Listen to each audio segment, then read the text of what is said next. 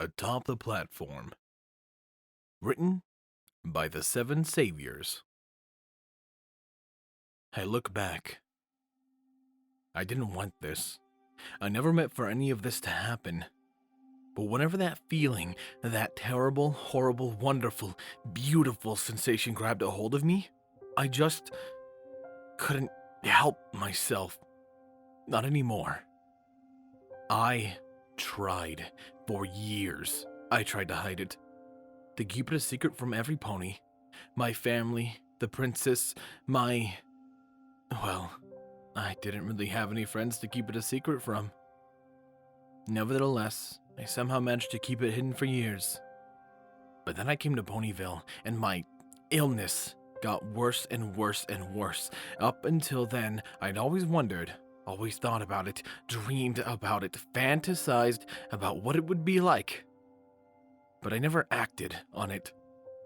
Not once. In that regard, I had a will of iron.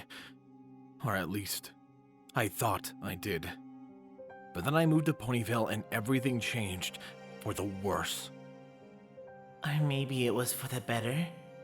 No, it was definitely for the worse.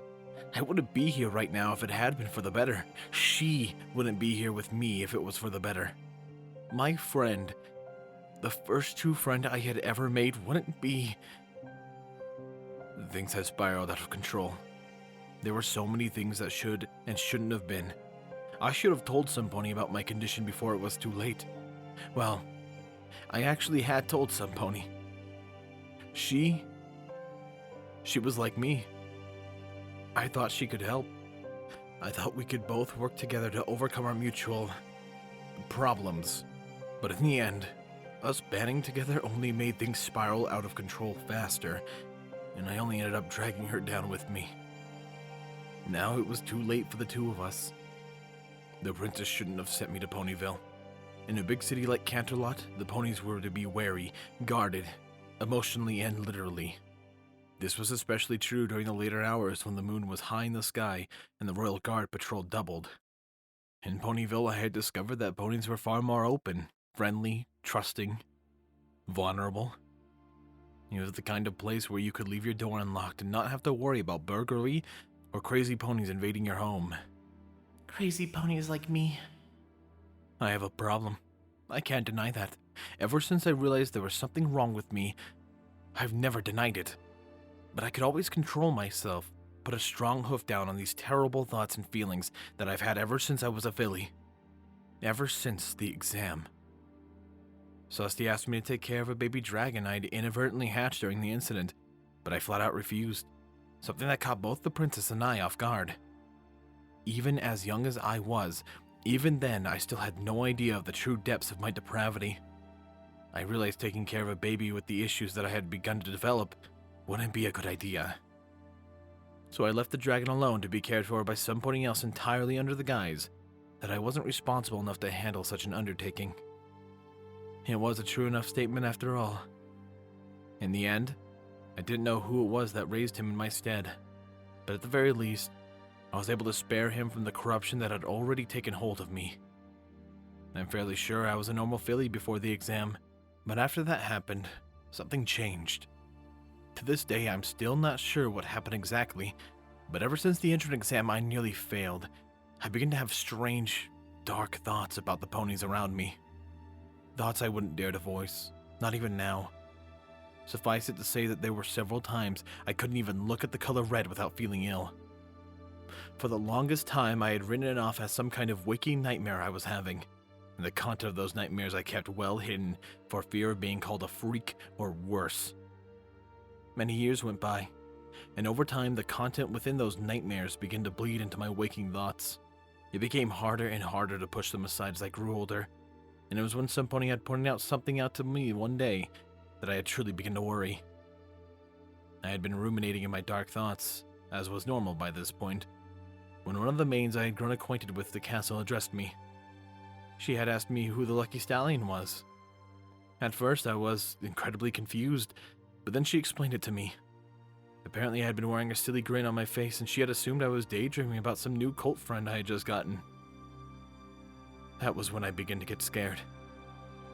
I knew something hadn't been right for a long time by that point, but it was only then that I had begun to realize just how wrong it was becoming. I didn't start feeling urges until I came to Ponyville. I don't know if it was seeing all the innocent, happy, oblivious ponies that did it, or if it was simply my illness just gradually getting worse, but something else had awoken in me during my stay there. Something I tried to keep under control. Something I failed to keep under control. I wanted to tell the princess. I really wanted to tell the princess. I should have told the princess. I'm glad I didn't tell the No! It was because I didn't seek help in the right places at the right time that any of this has happened in the first place. Now it's too late, and I'm about to pay the ultimate price for my sins. It really is better this way.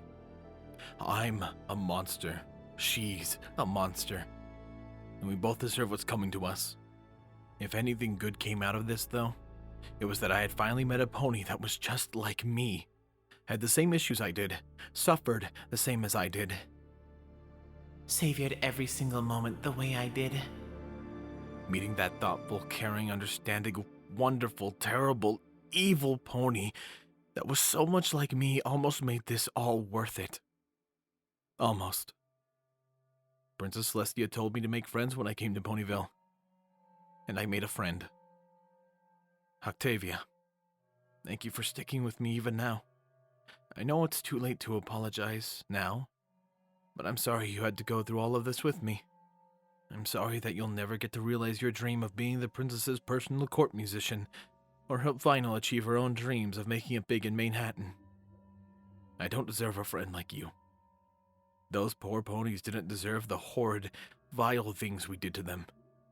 Their friends and family didn't deserve to suffer such terrible loss just so that we could sate our own sick urges.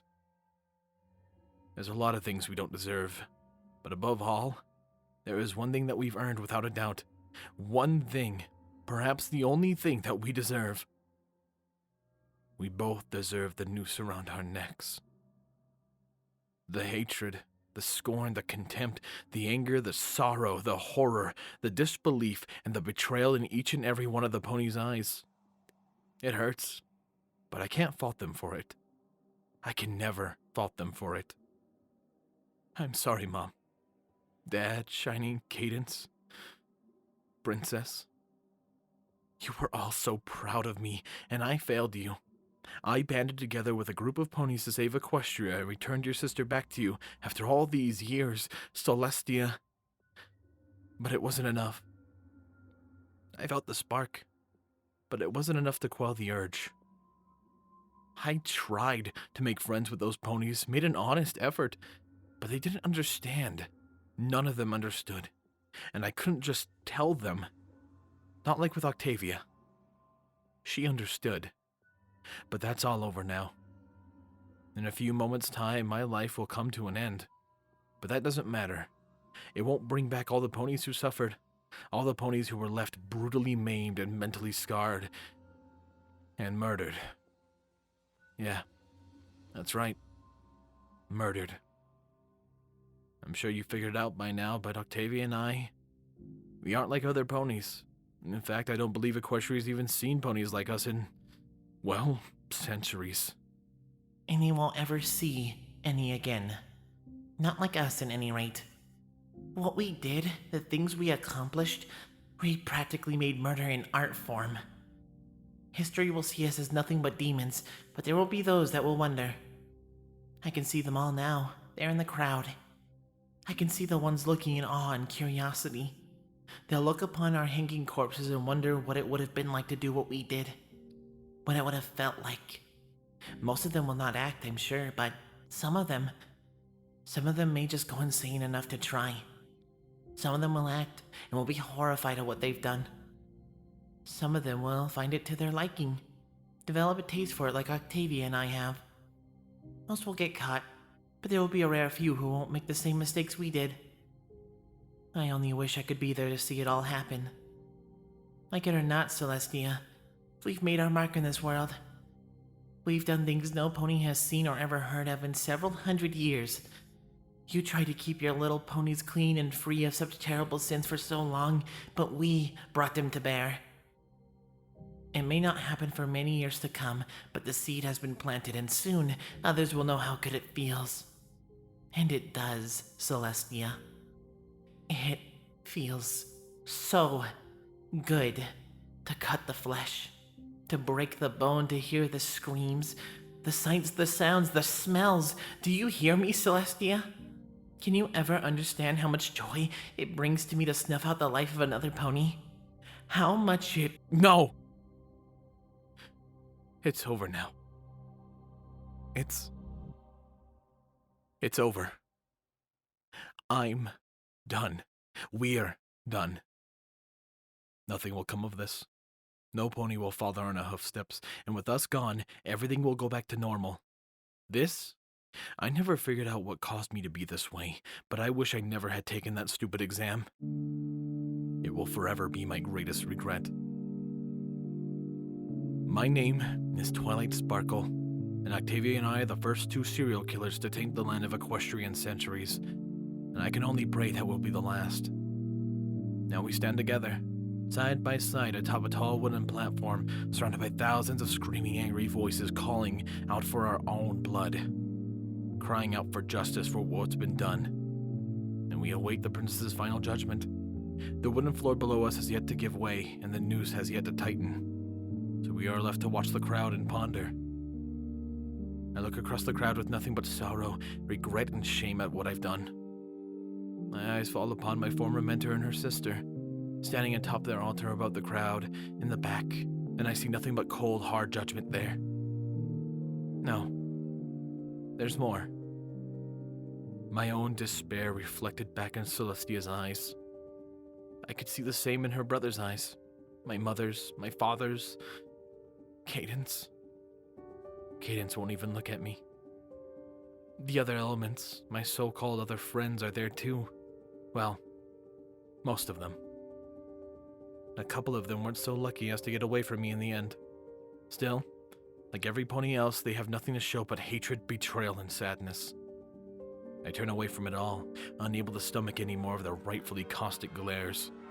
Then my eyes fall onto the gray, raven-maned earth pony mare beside me. She's calm, collected, stoic, and almost defiant as she stares at the crowd. Deep down, I know she regrets what she's done as much as I do. But unlike me, she has the strength to face her fate with her head held high. I can see it in her mulberry eyes. She won't give them the satisfaction of seeing her break. She'll remain as graceful, as prim and proper as she always was, right until the very end. A steadfast rock in the rolling ocean of fear and despair. As I continue to stare at her, she finally takes notice and glances in my direction. For a moment, her expression doesn't change, but gradually, her stoic frown curves ever so slightly upwards into a small smile. I recognize that smile. It was a smile of encouragement, a smile that said not to worry, that everything will be alright in the end. I glance at the thick rope still loose around her neck and wonder, just how can she be so strong? Even now. Even after what happened to Vinyl.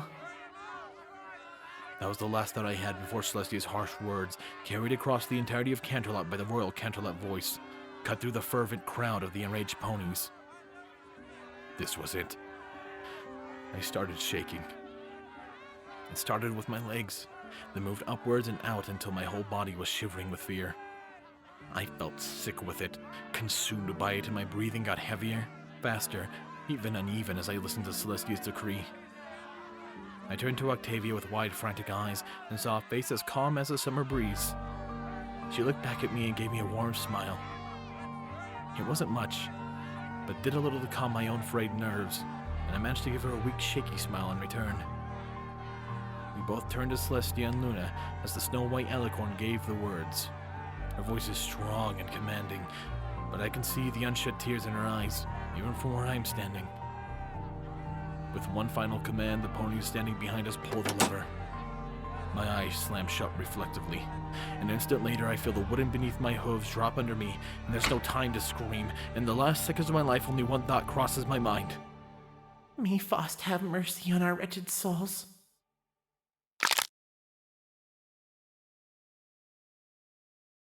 There we go.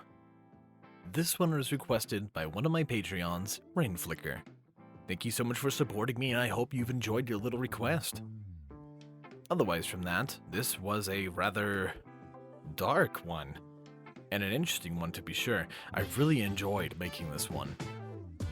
I might take a look at the prequel myself, honestly, because there is a prequel to the story and it looks really interesting. Hopefully the author wouldn't mind too much. What I don't mind, however, are my wonderful Patreons.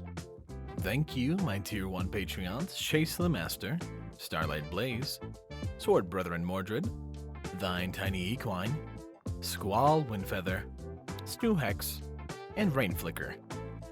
My Tier 2, Captain Blueshadow, The Animated Ghost, Solus, and HKH4, aka Texture.